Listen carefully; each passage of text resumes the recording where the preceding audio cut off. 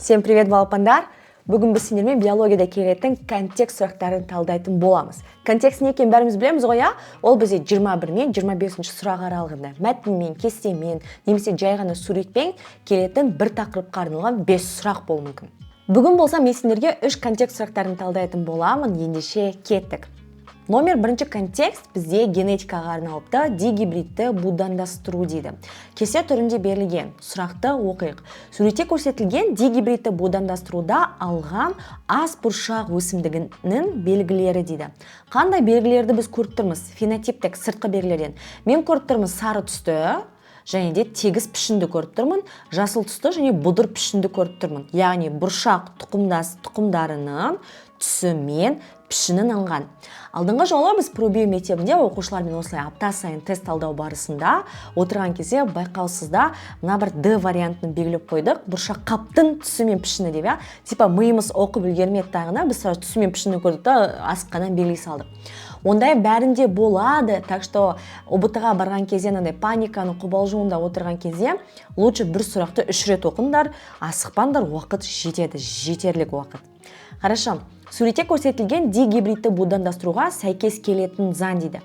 Біз генетикада именно дигибридтік будандастыруды Мендельдің 3-ші заңнан бастап оқимыз. Ал Мендельдің 3-ші заңы бізде тәуелсіз ажырау заңы немесе белгілердің тазалық заңы деп аталады. Вот осы заң болады. Номер 3.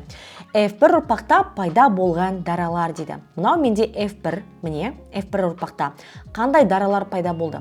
Мына бір гаметалар, гаметалардың мына бір қосылуынан үлкен А, үлкен В, кішкентай А, кіші Б-ның қосылуынан бізде мынандай генотип шығу керек.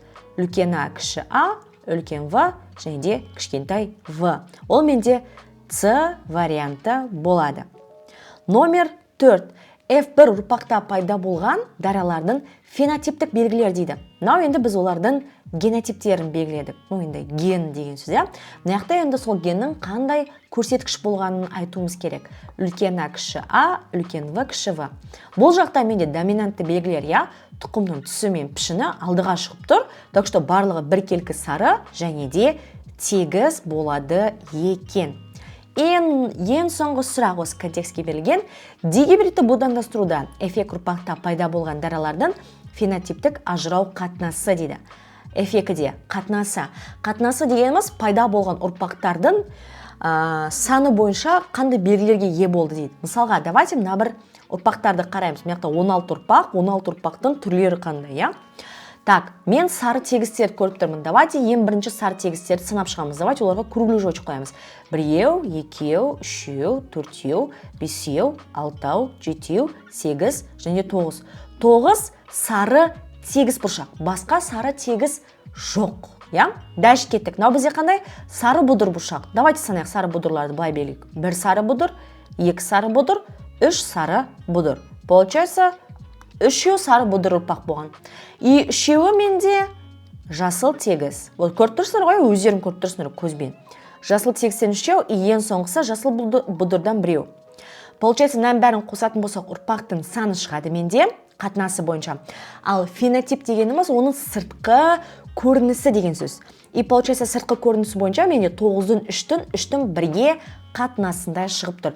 Бұны жаттай салуға болады. Типа, дигибридті будандастыруда F2 ұрпақтың қатынастары қандай дегенде 9-дің 3-дің 1-ге қатынас деп айтасыңдар. Но есеп шығарған кезде генетикадан, именно генетикадан есеп шығарған кезде есепке қарау керек. Ол бүкілінде стандартты түрде болмайды. Как біркелікілік заңы деген сияқты. Ол именно есептің шартына байланысты әртүрлі болады. Пробио мектебінде біздің балапандар генетика тарауын өте жақсы көреді, өйткені мен дәл осылай отырып, өте оңай түсіндіріп бергенмін.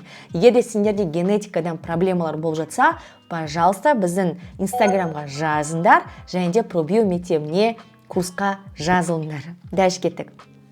Екінші контекст менде анатомияға қатысты беріліпті. Сурет берілген, просто сурет. Алдыңғы жолғысы бізде просто кесте болды, мына жақта просто сурет. Ал енді отыр сол суретке қарап 5 сұрақтың жауабын тауып. Сол себептен контекст дегеніміз балапандар саған преимущество береді. Плюс 5 балл, ё-моё, ұтылып қалуға болмайды. Так что сен биологияда бүкіл теорияларды жатқа білу керексің. Так, кеттік. Мидың ең жас бөлімі дейді. Мидың ең жас бөлімі бізде үлкен ми сыңарларының қыртысы. Эволюцияның ең соңында пайда болған мидың бөлімі. Ол маяқта менде бір номермен көрсетіліп тұр.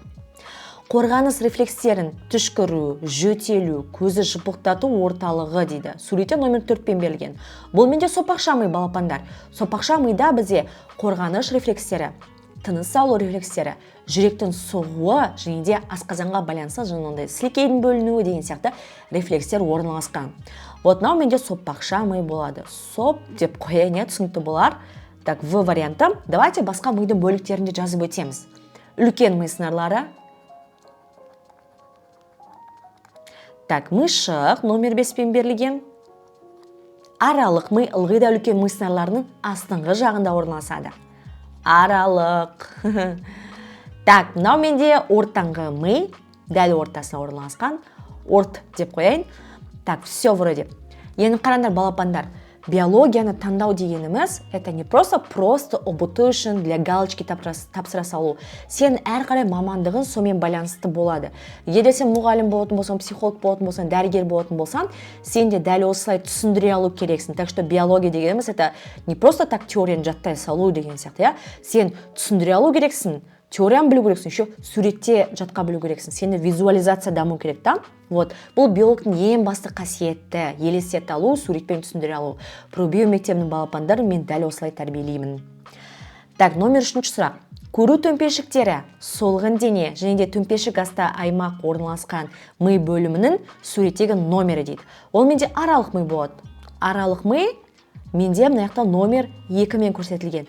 Именно аралық ми осындай 3 түрлі аймақтардан тұрады. Көру төмпешіктері, солғын дене және де төмпешік асты аймақ.